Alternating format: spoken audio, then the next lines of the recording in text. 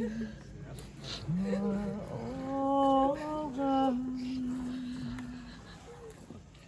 heal my broken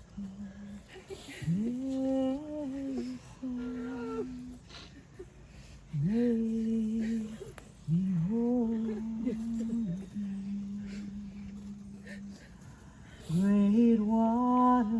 Great waters, pour over me. For I'm your child.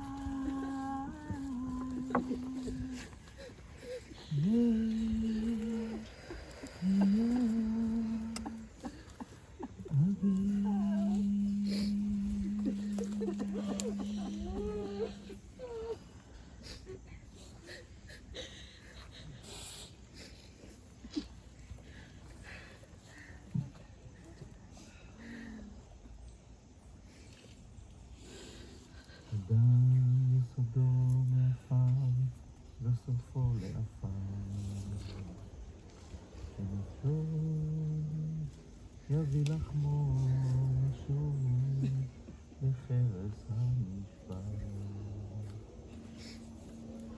We humans come from earth, to earth we return. We are like broken vessels made by potters, return to the earth when it is our time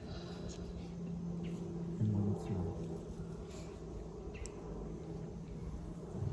Melanie, Susan, family and friends.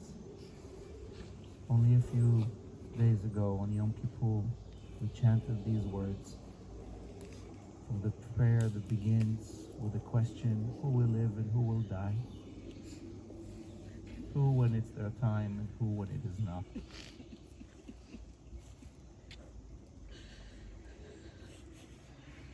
Now, beloved Leah Lynn was remembered during the Yizkor on Yom Kippur before being buried.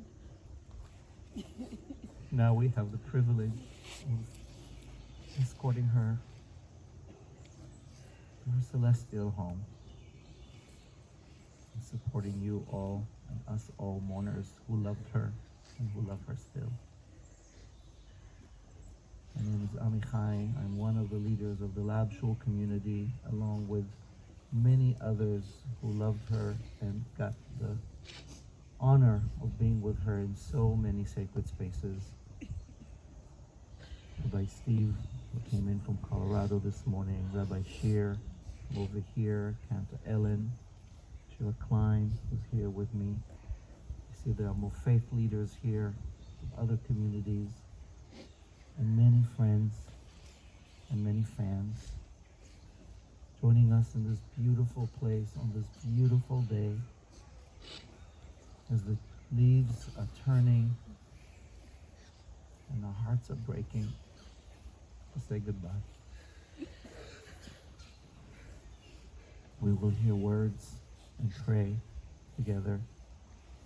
Leah Lynn's soul, as her body is lowered into the ground, but her soul remains and soars, and her memory lingers. We will hear stories about her to honor this radiant woman's life, courage, and beauty, and what is the legacy she leaves behind. We will sing, and then we will each take turns putting earth back onto earth. And also, Melanie, these shards of pottery from Leah's work will go into the grave with her, as these holy books as well, that was her and your wish, as is our tradition, to let old books whose purpose is no longer to be read, be properly buried, the divine name within them as is. Leah's body, but not her soul. So on this day, I want to invite us all for just a few seconds of breathing, present and silence. We'll bring ourselves to this sacred task, this chesed shel emet, privilege of escorting a fellow human, a beloved sister, to the final rest.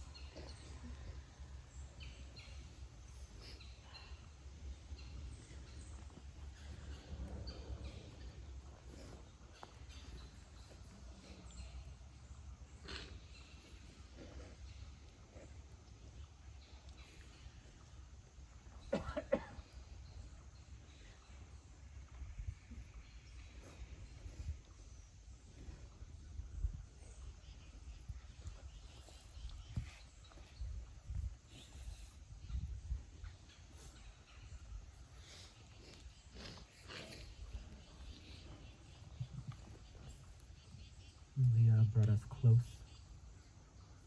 so I invite you to come close. If you need a chair, take a chair. Leah was a potter in love with the earth. If you want to sit and kneel on the earth, come close.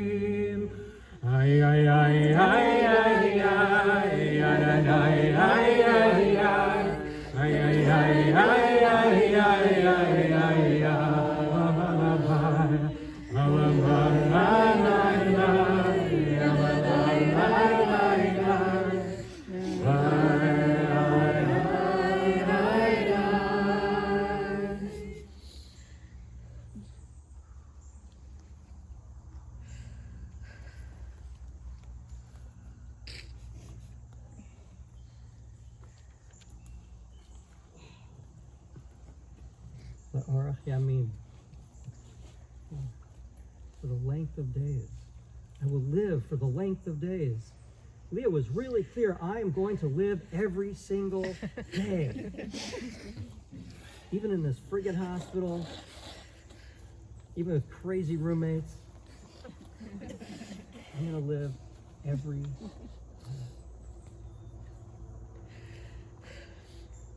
This is already an honoring, a deep honoring of her spirit. So the central part of a Jewish funeral is chesped, or eulogizing. I am Rabbi Stephen Booth Nadav, as Amichai mentioned, from Denver, Colorado. I met Leah in Minneapolis about 45 years ago. She was my soul sister for 45 years, though I was not always aware of it. We had many adventures in many different states in this country, and probably the most amazing trip of my life when we rode bicycles around Israel for 7 weeks.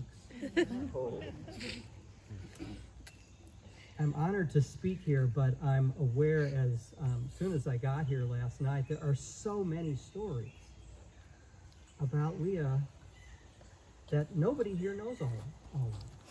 Amazing stories that want to be shared. And I encourage us to share them, whether we're sharing them online, whether we share them at Shiva Minions, and we will have some opportunity to share some here. So as you listen to me talk and some of the other words that will be shared, if there's another piece that, oh yeah, this needs to be said here, this is a piece that I'm holding, we'll have room for some of that here as well, and then hopefully a much more spacious space afterwards at Shiva. So Leah was born July 29th, 1955 in Oakland, California, to Harriet Sussman and Ben Rosen. They moved to Madison, where her dad taught at the University of Wisconsin. One of the big pieces of early history that I knew about Leah was that at age 14, her dad had an opportunity to teach at the Technion, and so they moved to Israel for a year. And that's where she learned Hebrew.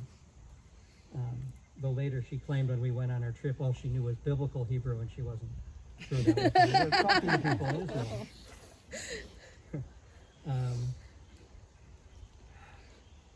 Then she, I said she moved to Madison. Then at age 18, she went to Decorah, Iowa. Many of us know she had a huge life-changing event there, studying with Dean at something Bear. Does anybody remember the name? South Dean Schwartz. What was the name? South Bear. And then she went to Minneapolis, where her dad was. She moved to New Mexico in 1987, where she got her bachelor's degree at the university there, and her master's later at Columbia. And last night, Susan was reminding me that Leah was always creating art that was accessible to kids, and really accessible to anybody. It was really, I would say, accessible to the child in all of us, right? That's who she was aiming at. Threshold passages. Sometimes we're standing at a doorway, at a threshold. Maybe it happens every day. Who knows? We don't always know when we're standing at a threshold. But consciously or not, we are often at such a place. And we can choose to enter, to pass through, or not. Consciously or not, we can stay true to our essence, to our neshama, to God's mission for us, or the life God's compassion wants for us, or not. And again, who knows? Do we even know when we're standing in that place? And sometimes there's a person there at that threshold who sees you even better than you see yourself. And she mentors you, sees the best in you, loves you, and helps you take your own steps on your path through that doorway and down the road.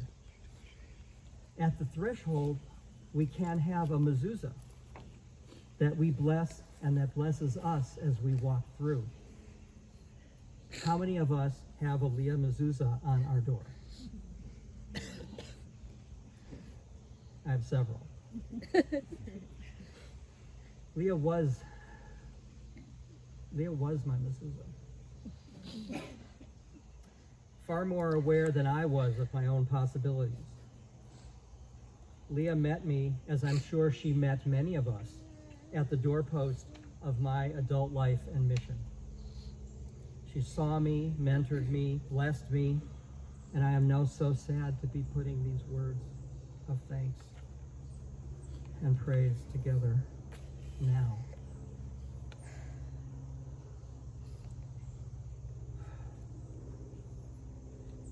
It's really hard to say what comes first.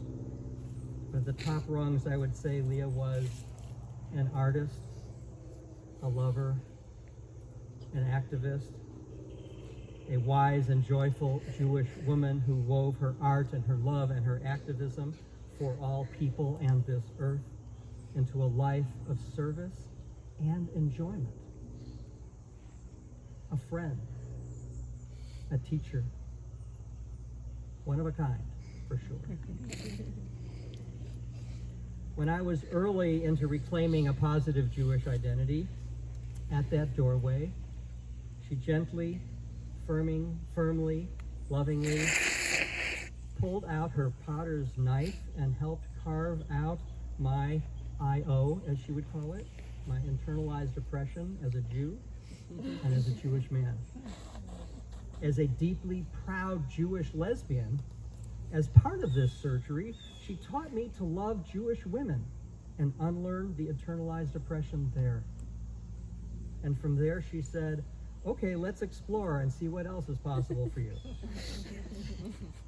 So on Erev Tisha B'Av, Hiroshima and Nagasaki Day, we demonstrated against nukes with Moshe and Rachel Adler and lit candles and chanted a.k.a.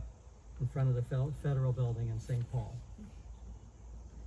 When I delivered thousands of pennies by bicycle, right, bicycle, Leah, bicycle, to the federal building in Minneapolis as part of my war tax resistance, she was there to help ritualize it. We created Jewish Middle East peace groups in Minneapolis and traveled together to the organizing conference for New Jewish Agenda. That was 1980. We drove to Chicago to see the original Judy Chicago dinner party. We camped at a Three Fires gathering in the northern Minnesota woods, where our host, Eddie Benton Benet, the creator of the Red Schoolhouse in St. Paul, turned to me and said, you know, we're a little tired. You're welcome here, but if you're noticing some hesitancy, it's because we're a little tired of white people coming and ripping off our culture and not giving anything back in return. But you come from a rich culture, pointing to me, and he said, so why don't you go back and learn? Because I didn't know much. Leah was my teacher. Go back and learn, and then come back and we'll have something to share.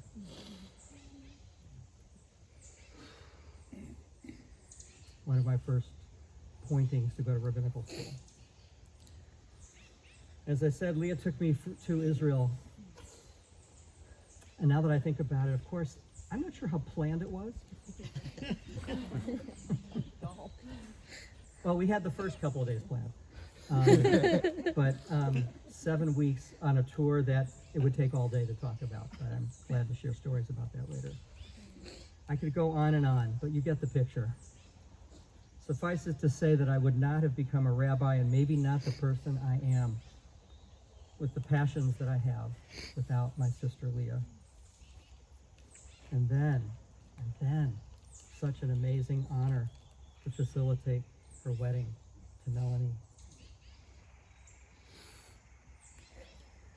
Such a deep relationship, woven over time, with approach, back off, approach, back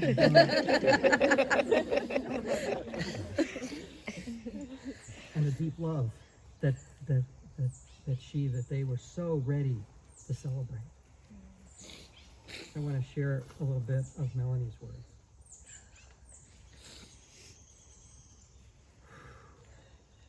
I said they asked me to facilitate the wedding. Did I say that? Yes. Yeah. Okay. I met Leah on Rosh Hashanah, so this is Melanie talking. I met Leah on Rosh Hashanah Day services, 1992, 57, 53, 30 years ago. I had newly moved to Albuquerque, New Mexico a month earlier for my first job out of law school, clerking for a federal judge. Congregation Nahalat Shalom welcomed all without high holiday tickets, so that's where I landed. I walked into the church, which had been transformed into a Jewish sacred space, and up on the bima were Rabbi Lynn Gottlieb, Nahalat Shalom spiritual leader, Rabbi Deborah Brin, and Leah. I had never before seen 3 women on the bima. After the service, I introduced myself to Leah. I was noticed as a new face in the community. My friendship with Leah began around things Jewish, as she liked to say, and the earth and the sky of New Mexico. As a secular Jew, I had never been in relationship with anyone whose Jewish soul was at the core of their life. I was infatuated. I should have known that journeying with Leah in life would be different. How could you know?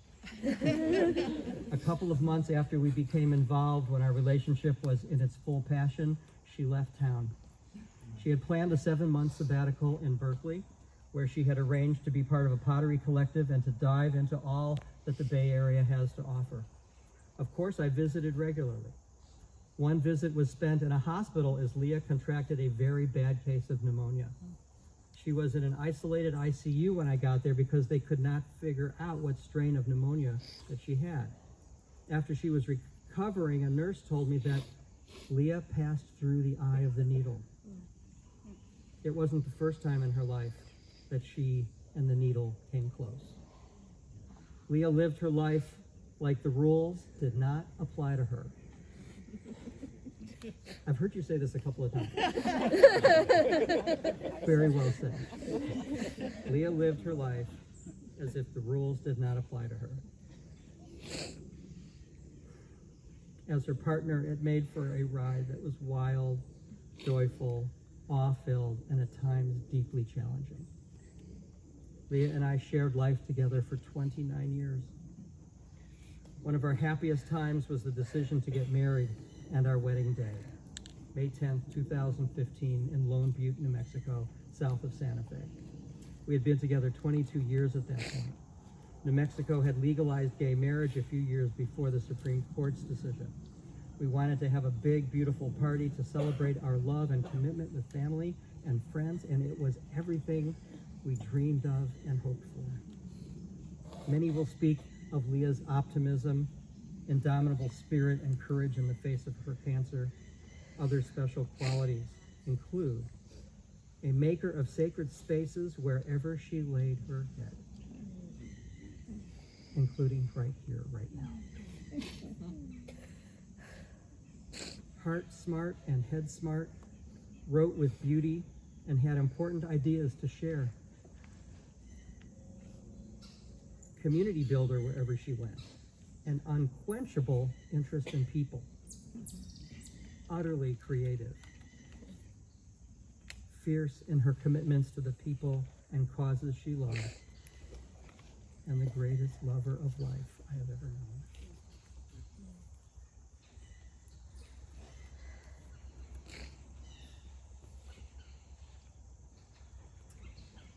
Susan has a letter that Leah wrote to her.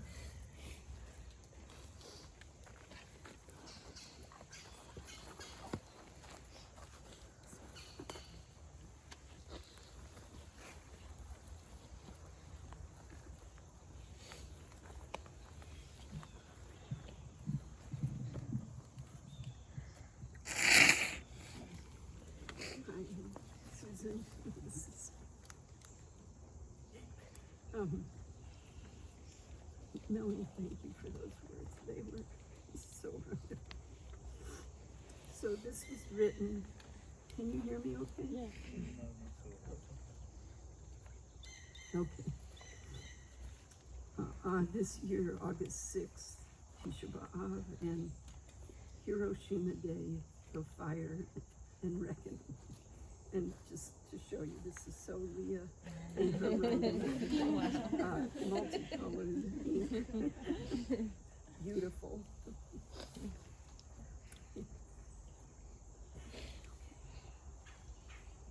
Today we receive news that my illness may not resolve, and that the lived gift of this holy life will likely be shorter than we ever dreamed.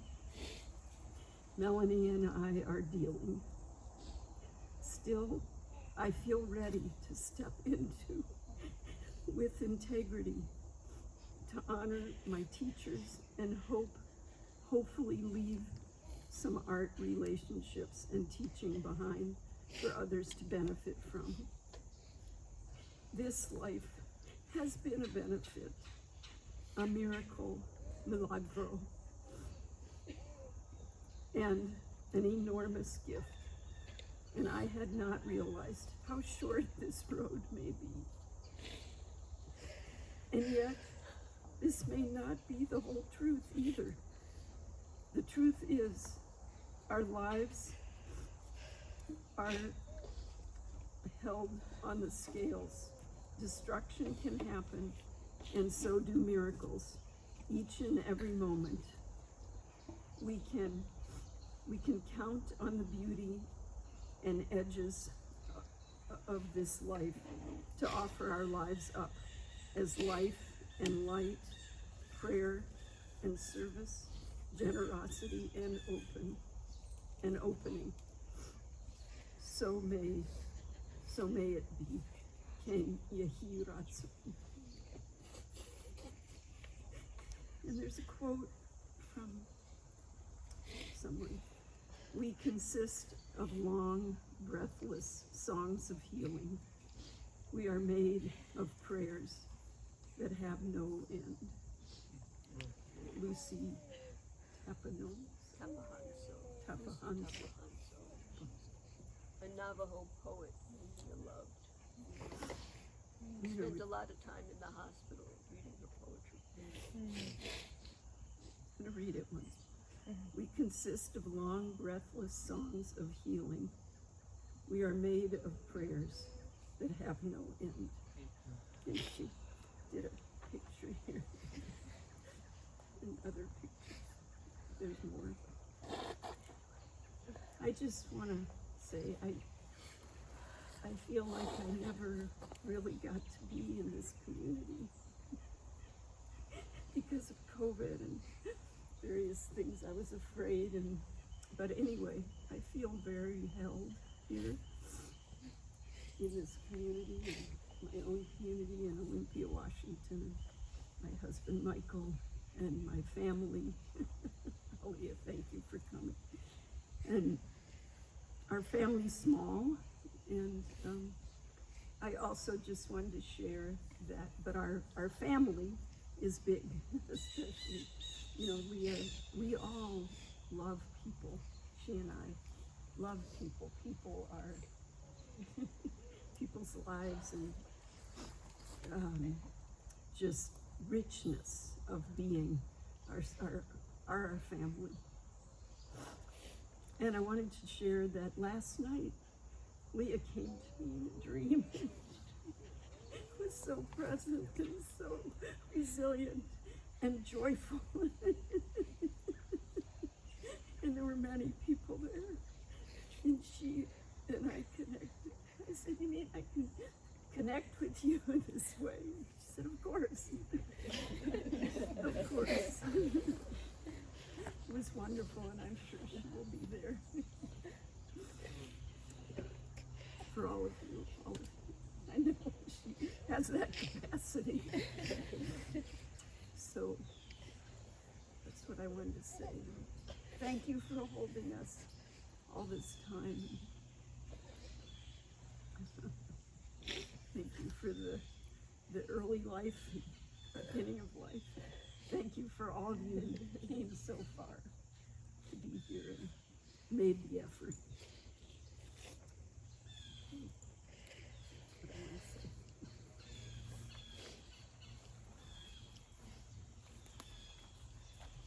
Thank you for sharing that. That was amazing.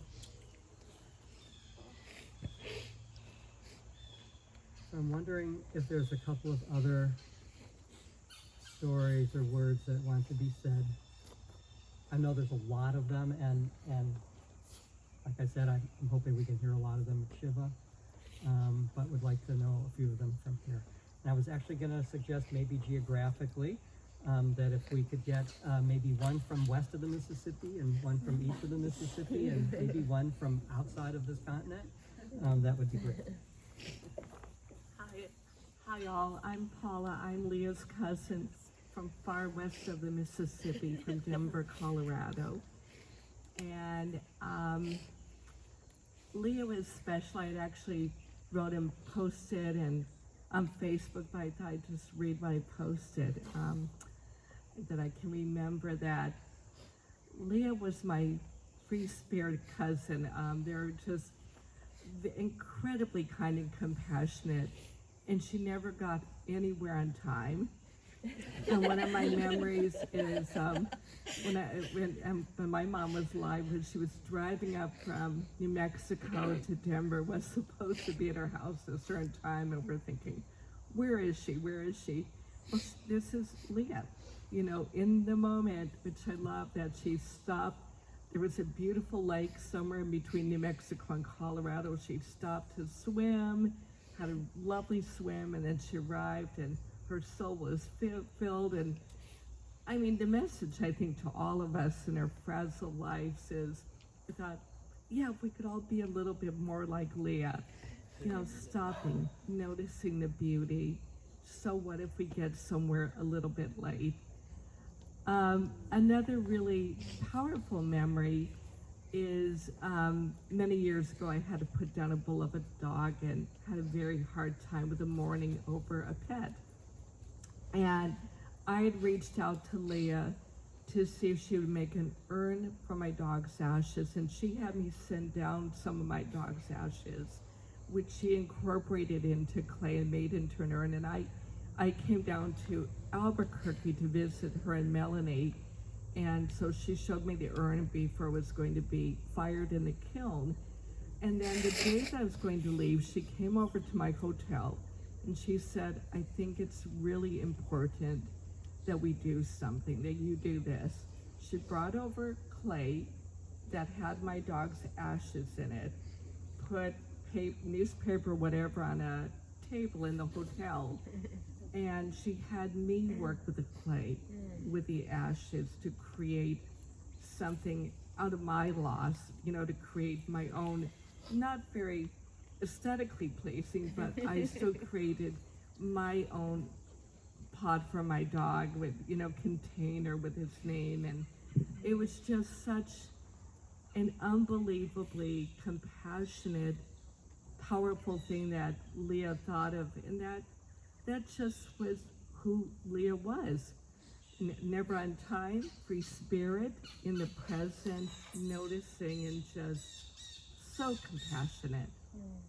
So that's my story. So I'm so glad to be here with all of you, and for Melanie, for Susan as well. Thank you.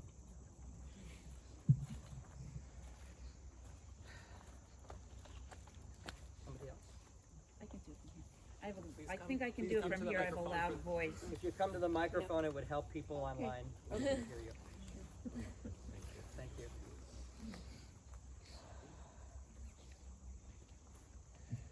I just wanted to share how meaningful it was for me to have Leah be part of Cole High, because she did kind of an extended, I don't know, maybe a year and a half of these Rosh Kodesh group meetings for women on the full moon. And I'm really much more of a secular kind of cultural Jewish person, and I never got the chance to get bar mitzvahed, or my family really never followed much rituals except having a big family gathering on a holiday. So it was really special to me, and she really put held the space, the sacred space for these women's groups. And she would be like really guiding and correcting, and we'd be at different people's houses, and it was just so lovely. And I think so many women felt really included, and she held the space in such a beautiful, sacred way. And I even remember going to some swimming pool in Rosendale where we did like a mikvah thing. And I don't remember if we took our clothes off or not, but I'm sure she would have liked that if we did. But we just, she just was so there and sharing what the teachings, and in such a beautiful way that never made you feel put down, always made you feel included, and it didn't matter if you didn't have a background in Judaism or Hebrew, or she just always had the way of sharing it. And I remember one time calling her up when I had a couple of different struggles, and she'd always have the right word. And we would just laugh hysterically because she just could put the kibosh on it, like that's not the right. She would have the right word and that would describe the situation. And we would just laugh. And so I just treasured the times that I did have with Leah. And even though they weren't as many and they weren't as frequent, but I just wanted to acknowledge her for those Rosh Kodesh groups. They were just so special to me. And so really included me in being a Jewish woman. Yeah, thank you. Barbara.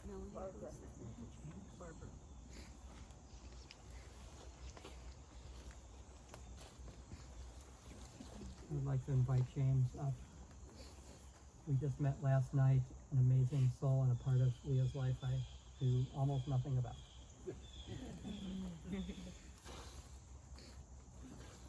What if you have been guessing who is from outside of this continent?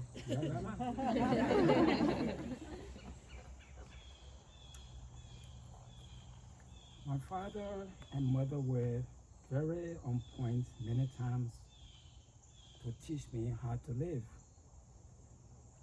In the village where I was born, you had to eat with your dad and the other villagers. Small as you might be, like 5 or 6 years, you gotta dip your hand in the same bowl with your father and other villagers to eat. So as small as I was always shortchanged because I had very little to eat every time I ate with my dad and the other villagers. And one day I decided I'm going to demonstrate to my father that I don't like to eat with him and his other villagers. So he sent me to call the villagers, and I started crying, going to call them. He called me back and gave me a good whip and said, you don't have any food today. The day after that, he called me and said, do you know that you made me shame by crying because I asked you to call my friends in the village for us to eat together? What did I know? I didn't care. I just wanted food in my stomach. Then he said, do you know what's real? I said, why are you talking to me like that? I don't know anything. You have to teach me everything. He said, you're going to find out one day that what is real is something that does not disappear, that lives forever.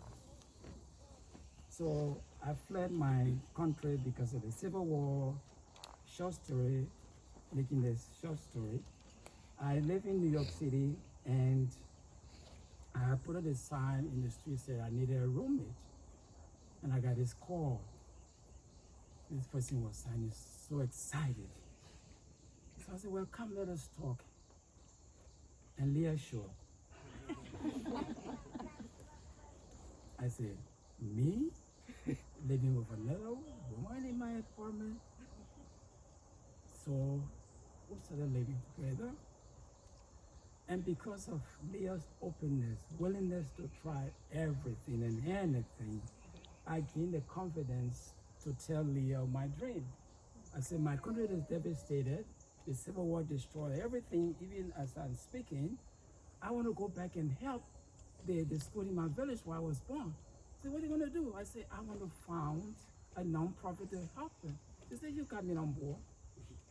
I said, Leah, I don't know how to write. I don't know how to say it. I don't know how to put in words. She said, well, write anything. We'll take care of it. So I took my junk writing and touched it in Leah's lap, and she transformed it into something beautiful. Today, the school has 200 students with 9 teachers, and because of Leah and Melody's effort, we were able to train 2 of those teachers, and then 9 trained teachers, in the school. And every other year, we go back and carry supplies, notebooks, pencils, and things for the students. And it was Leah's hope. And we talked about it a couple of times that she will come to Liberia to see the students, And this is something that I I wished for. But to crown all this, when Leah got sick, she told Melanie we had to call James. Then when I got the call, I said, Leah, you could have, Melanie could have called me and say, Leah is not well. Why did you call Leah? Melanie said, Leah would not do that. Dying as she was, in agony as she was, difficult as it was, she's always open up to everything. She seeks other people's interests more than she seeks herself. And for me, in my little world of not knowing anything, except you meet people like Leah who are going to teach you something, there is a possibility that we can change the world one person at a time. And Leah is one of those people. Thank you so much.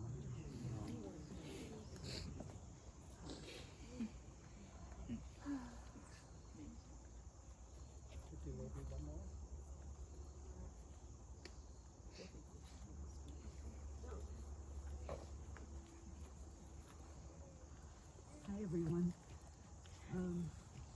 I've known Leah before she was Leah. She was Lynn. And I met her when Susan, I've known Susan also since the 70s.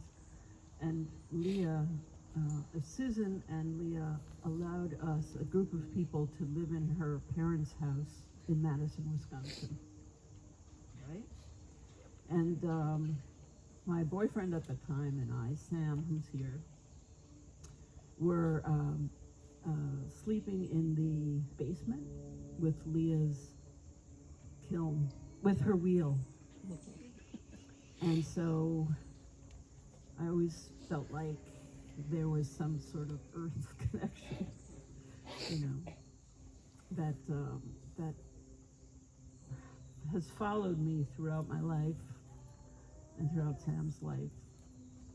And always having stories of her life, of her experiences, her visits to New York, where she would visit us. And I just have this image of sort of meeting clay throughout our lives together. And I very much regret, Melanie, that I didn't have the chance to really get to know you and spend that time together, meeting our lives together. And so that's it.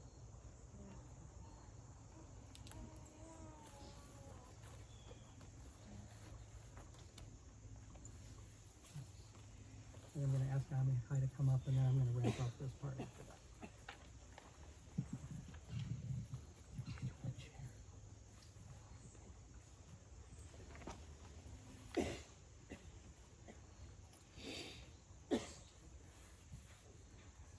Melanie,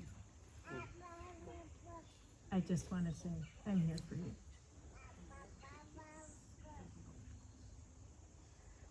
Let me know anytime. Thank you.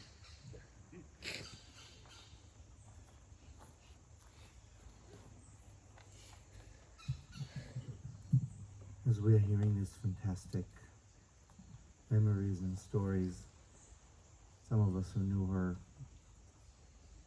all her life, some of us who had the privilege in the last years, less, more, it reminds me that the reason we come together to escort our loved ones into their next world, as we say, is that we learn how to live.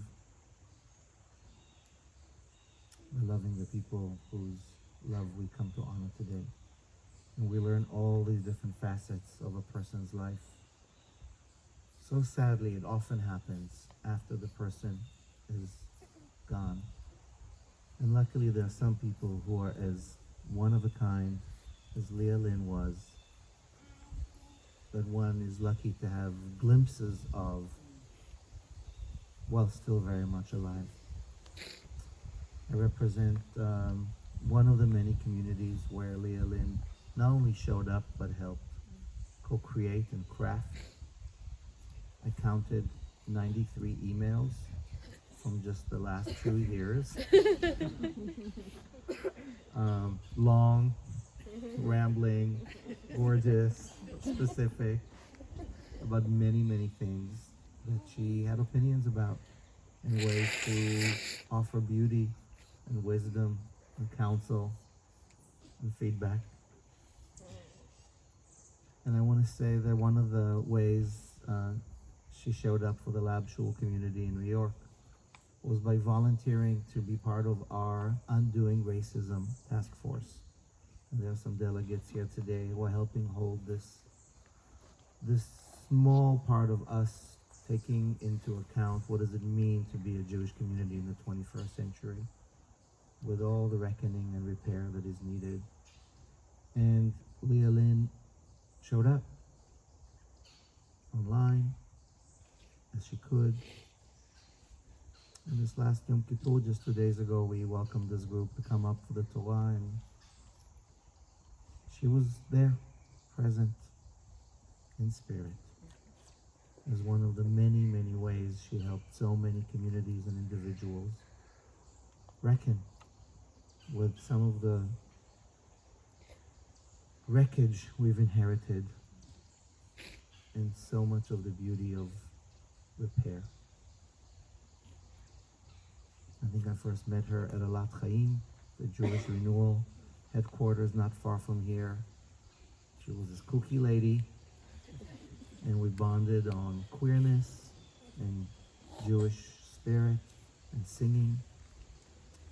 And it is such a privilege today to be among us. We're learning from you, Leah Lynn, how to live louder and loving and beautiful and creative. And to support Melanie and friends and family in these hours and weeks and days and months to come.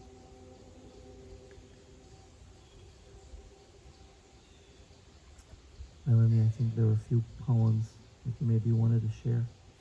Can I bring the book to you?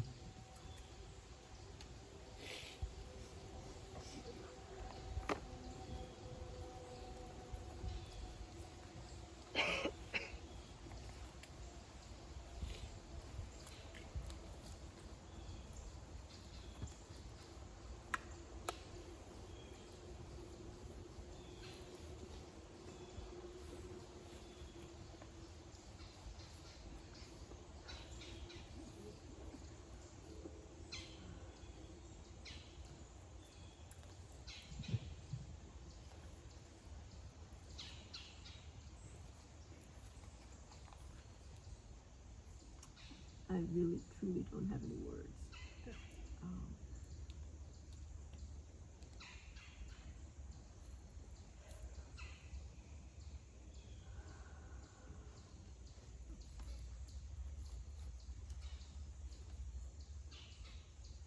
So, just one piece, a little tidbit. So Leah was in the hospital since July 24th, a series of hospitals, and she never once complained. I don't know how that was even possible. I mean, I complain about everything.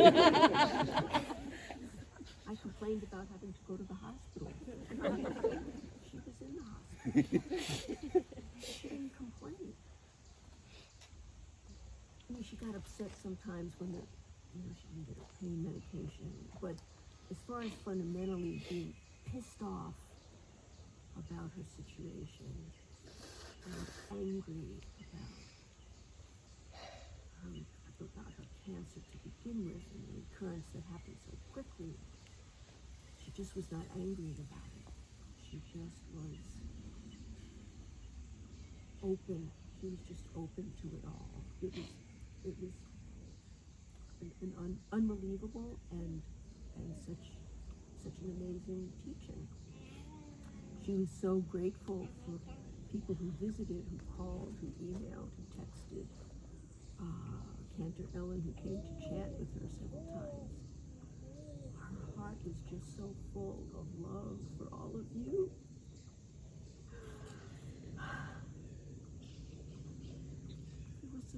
privilege to be with her for all those years.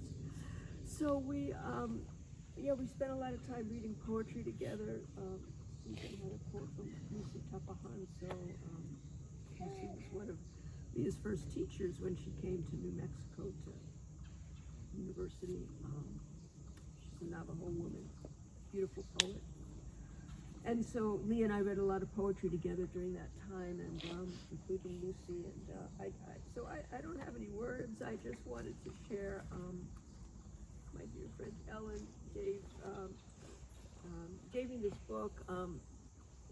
Leah was wanting some different poets to come into her space, and so I mentioned to Ellen, and she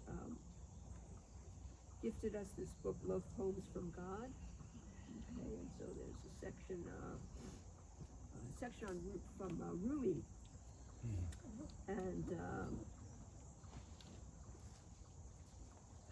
I opened it up, and Leah's eyes just lit up with a number of these poems.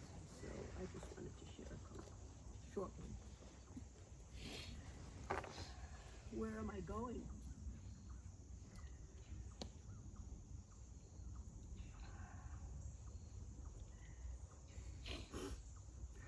Where am I going on this glorious journey? To your house, of course.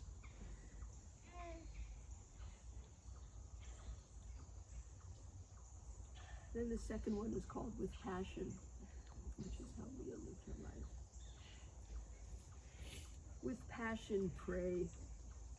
With passion, work. With passion, make love.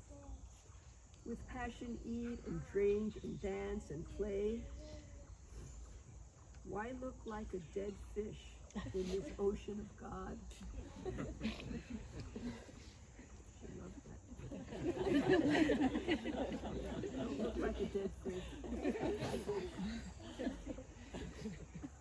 And then this quote from a poem. We don't have the whole poem here, but she loved this quote. Rumi says to us in a poem, "Love is a cure for your pain. Will keep giving birth to more pain until your eyes constantly exhale love as effortlessly as your body yields its scent."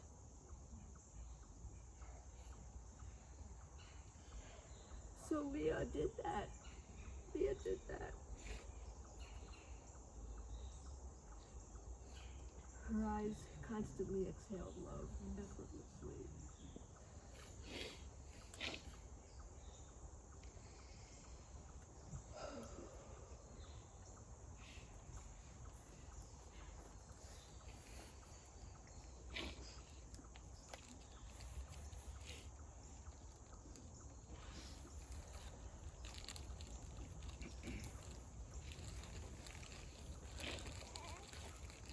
Melanie just referred to something that I'm sure a number of us experienced in recent months when we visited her.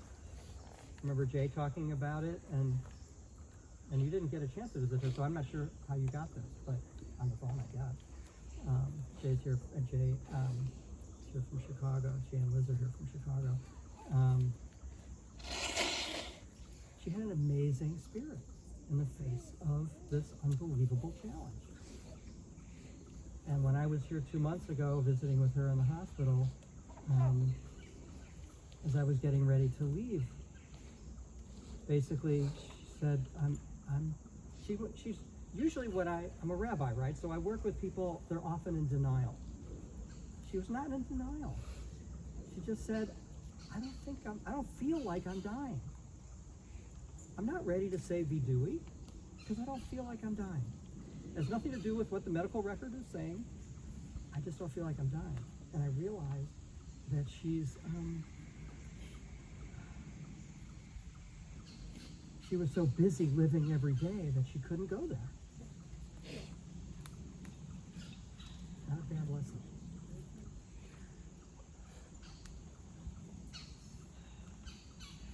I want to say that I realized I've only recently started calling her my soul sister. That was an old trick. We were always connected, though, for many years, not in real time. And I want to remind all of us to think about the people in our lives without whom we wouldn't be here. We would not have walked the good paths that we have, and maybe, just maybe, we need or want to thank them.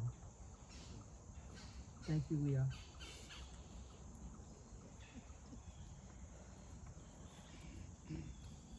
So there's a midrash about a line from King Solomon who said, the day of one's death is better than the day of one's birth. How can that be? And the story is that there were a bunch of people at the harbor, and they were waving at the ship going out to sea. And there was another ship coming in. No one was waving, no one was welcoming the ship back into port. All the focus was on escorting the ship out. And a wise woman was there, and she said, I think differently than you. She said, the ship that's going out to sea, who knows what kind of storms or seas it's going to encounter? We should be welcoming the ship that's made it safely back to port. And it's the same with each other, with our lives. When a person is born, you don't know what their life is going to be like. You don't know whether it will be good or evil. We don't know anything. But when a person makes it to the end of their life, and they are able to die in peace and with a good name, that is cause for celebration. So we welcome Leah back to port. You lived a good life. You loved well. You added joy and creativity and passion to the world, and craziness to the world in all the best ways. And we welcome you now safely back to port with a good name and peace.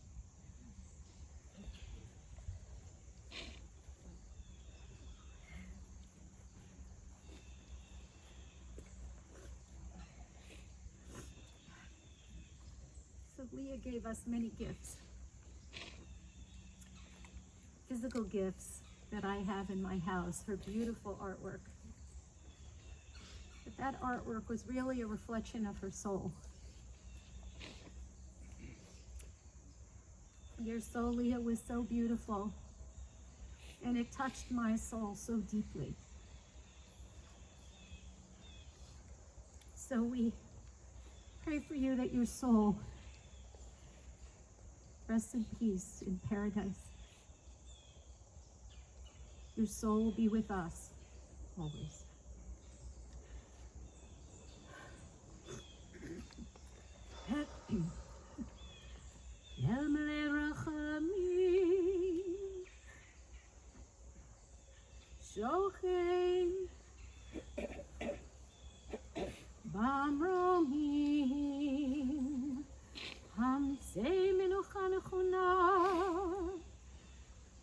תחת כנפי השכינה, במעלות קדושים וטהורים, כזוהר הרקיע, מזהירים את נשמת לילין והקינדליה, ויהודה שהלכה לעולמה, בגן עדן תהא מנוחתה, אנא בעל רחמים, הסתיריה בסתר, כן הפך לעולמים, וצרור בצרור חיים את נשמתה.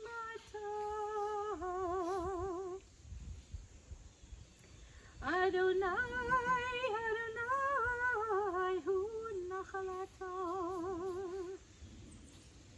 ותנוח בשלום על משכבה ונאמר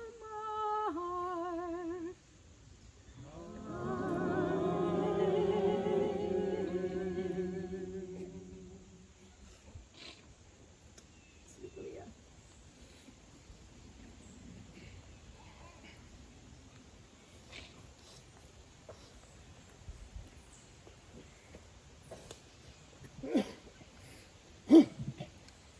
Clay Kodesh. .com was one of Leah's addresses. It means holy clay. But it's also a pun on being a member of the clergy. Clay Kodesh are the myriad rabbis and cantors and kohanot and priests and priestesses and people of God of all forms.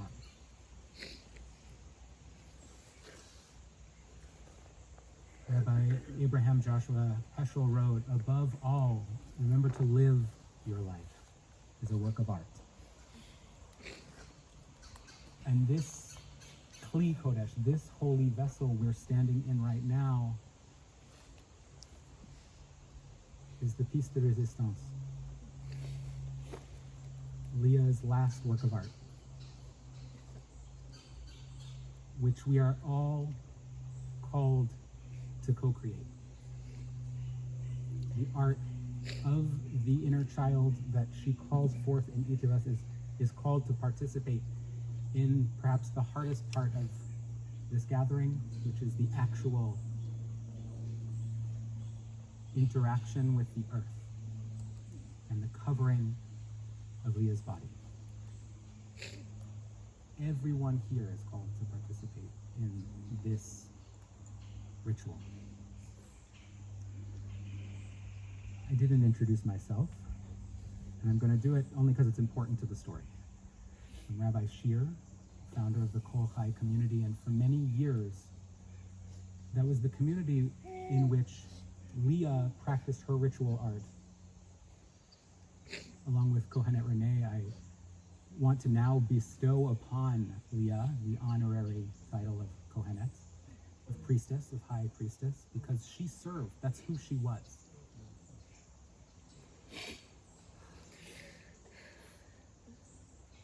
And it was a roll up your sleeves, get messy kind of art for life. I'm wearing a talis she made and gifted to me on Rosh Hashanah. On the first day of Rosh Hashanah this year, Melanie and Leah were my Torah service. And in her hospital bed, her eyes effortlessly exhaling love, she danced with her hands. We prayed together. And in our community on Rosh Hashanah day 2, we would frequently take contemplative hikes. Silent. We would enter the sanctuary of the forest. And this was her, wherever she went, she was in the house of God. Wherever I'm going to your house. And by a river one day, I think in 2014, Leah took out her ocarina, her clay flute. Part of the ritual she lived and is now dying was to go during these Yamim Noraim, to go from this world in the day. It's 10 days, it's really one day, in this portal between Rosh Hashanah and Yom Kippur. And by the river, we're about to hear Leah play us a song.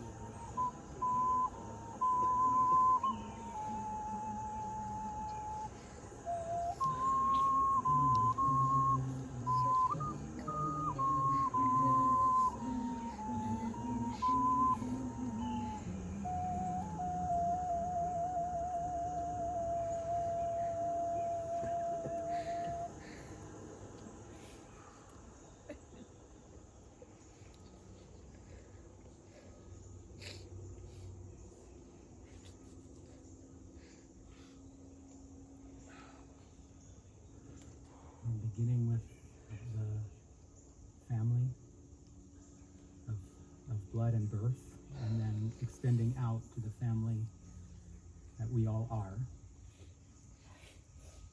We take a shovel first with the hard side up, because this is hard. And then 2 or 3 shovelings until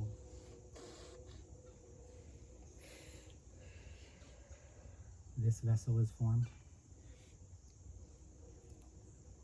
And as that is happening, I'd like to, if you are called, to call Kohenet Renee to sing words from Psalm 23 with me, 27, the Psalm of these high holidays,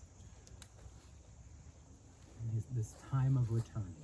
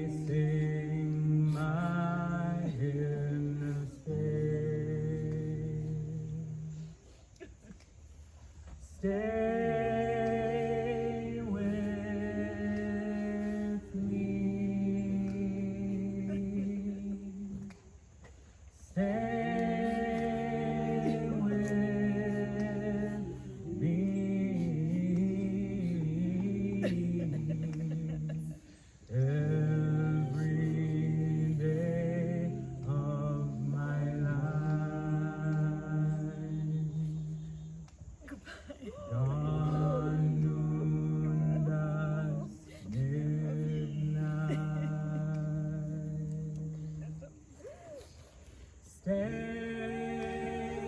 with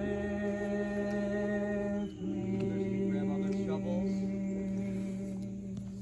2 pointers. First shovel like this, and the rest regular. Do a few, and then put it back in the dirt. The next person takes it from there.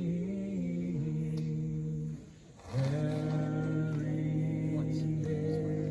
Of my life, dawn, noon, dusk, midnight.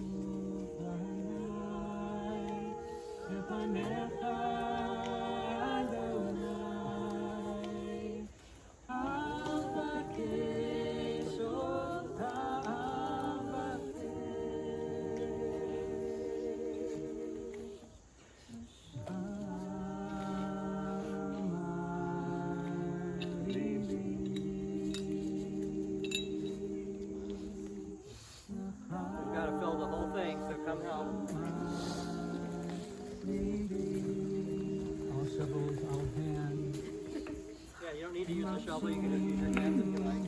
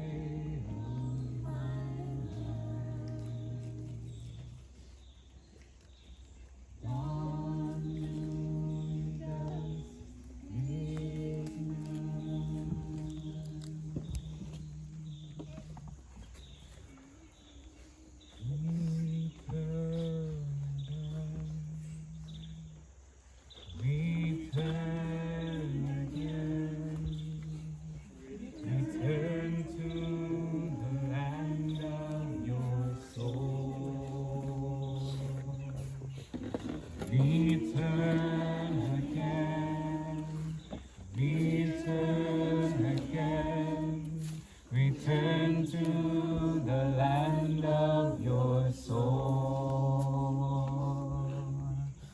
Return to who you are. Return to what you are. Return to where you are. Born and reborn again. Return again. Return again. Return to the land of your soul. Return again. Return again. Return to the land of your soul.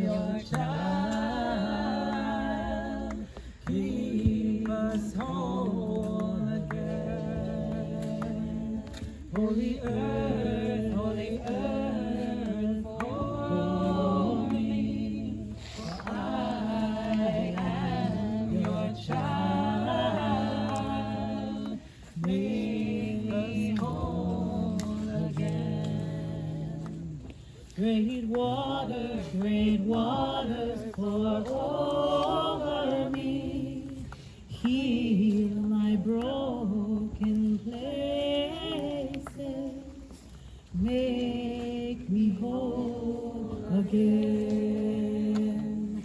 Great waters pour over me, heal my broken places, make me whole again. Great earth, Mother Earth, hold me, heal my broken places, make me whole.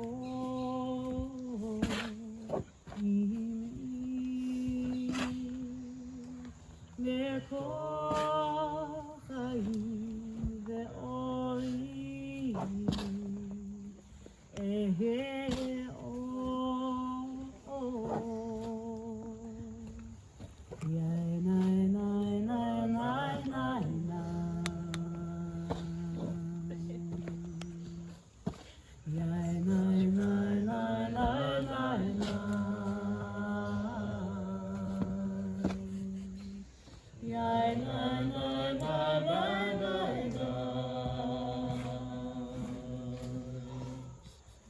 Yai na na na na na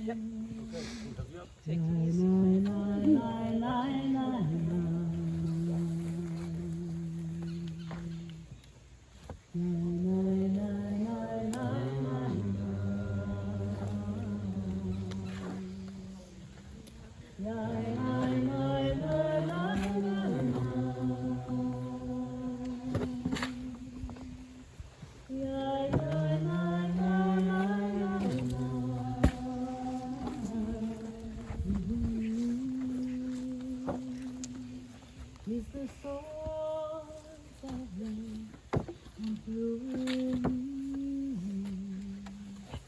we see life within. Is the source of life and through we see life within you. Is the source of life and through you we see life within you. Is the source of life and through you we see life within you. Is the source of life, and through you we see life,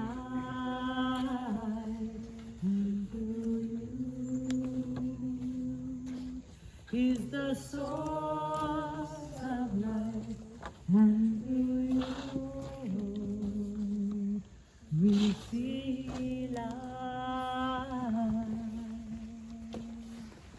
Ay, ay, ay, ay, ay, ay,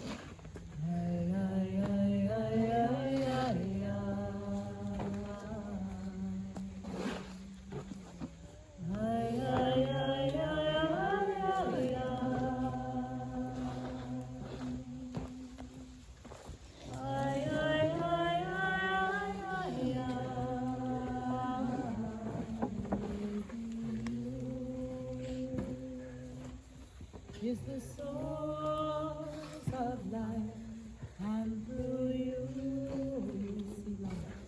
we see life within you. Is the source of life, and through you we see life within you. Is the source of life, and through you we see life.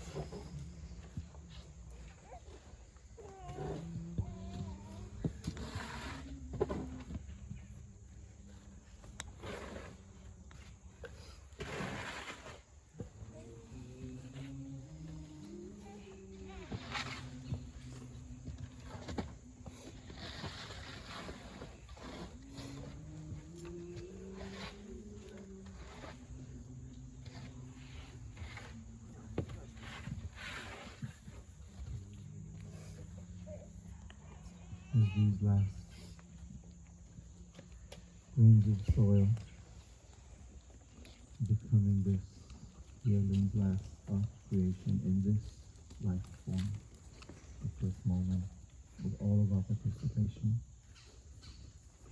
And then we're going to invite you and Susan to say the mourner's Kaddish, and for us all to say Amen together.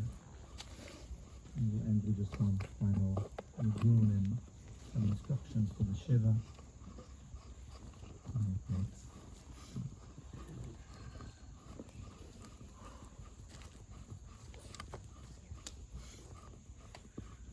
As we bring Leah Lynn to the last home, I invite those of us who are standing in mourning in her memory, those of us who are holding losses in our hearts, to say the Kaddish together, or to say Amen for this unique moment.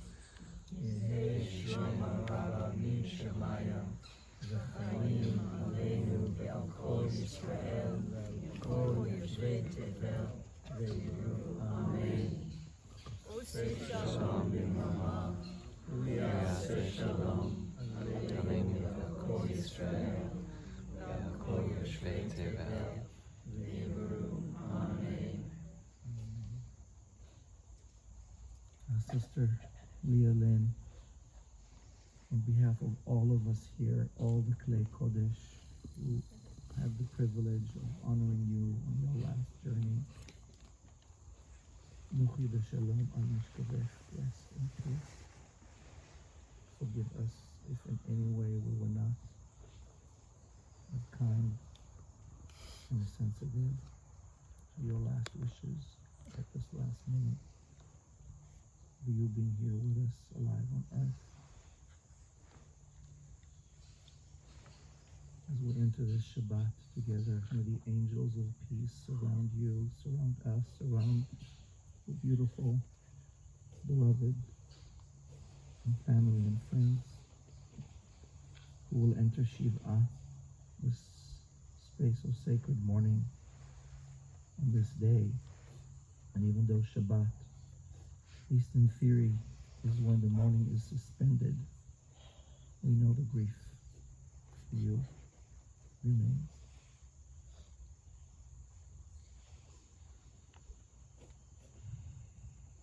Leah Lynn, you were going to make me a Havdalah set.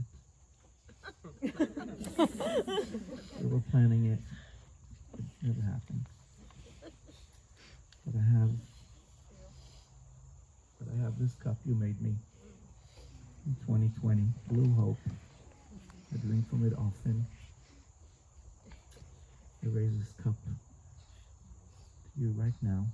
You know I'm not the only one who has a Klei Kodesh at home for your artistry and soul to live on. L'chaim, to life, for your example. And so we'll be gathering for Shiva, starting very soon at the Cinnamon Restaurant on Market Street, right here. What's the exact address? 51 Yeah, East 51 Market. East Market Street. And then I think instructions were sent and will be shared for Shiva at your home on Saturday night and Sunday. Yes, 6 o'clock. And friends, as we'll take just one last tune, last nigun, I want to invite us to take another few seconds in silence. And auspicious moment, this beautiful day, this hard day.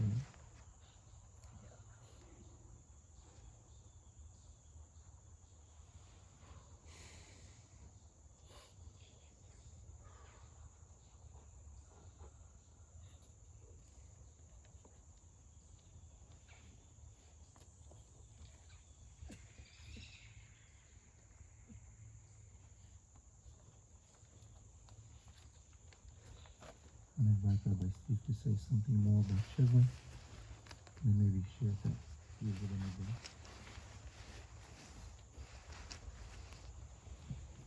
So we've all been here before. You desperately want to say something to the mourners. That's helpful. And as we all know, what can you say? Nothing. Nothing we say is going to matter. What matters is showing up, which you've already done. But I want to share this custom that I have found very powerful over the years, that if you come to the house of mourning, and please do come if you can, show up, make your presence known, but let the mourners initiate conversation with you, not the other way around. They might be really excited to see you and able to talk. They might be excited to see you but can't really talk right now. The important thing is showing up. So I want to give you total permission to not worry about figuring out what to say.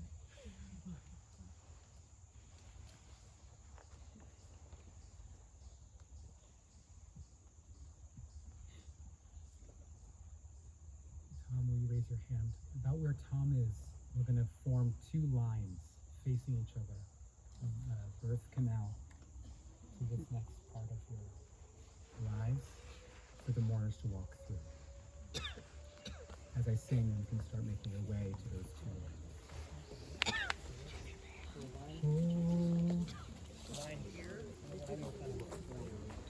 Everyone who wishes is invited to the cinnamon restaurant on 51 East Market Street. Oh.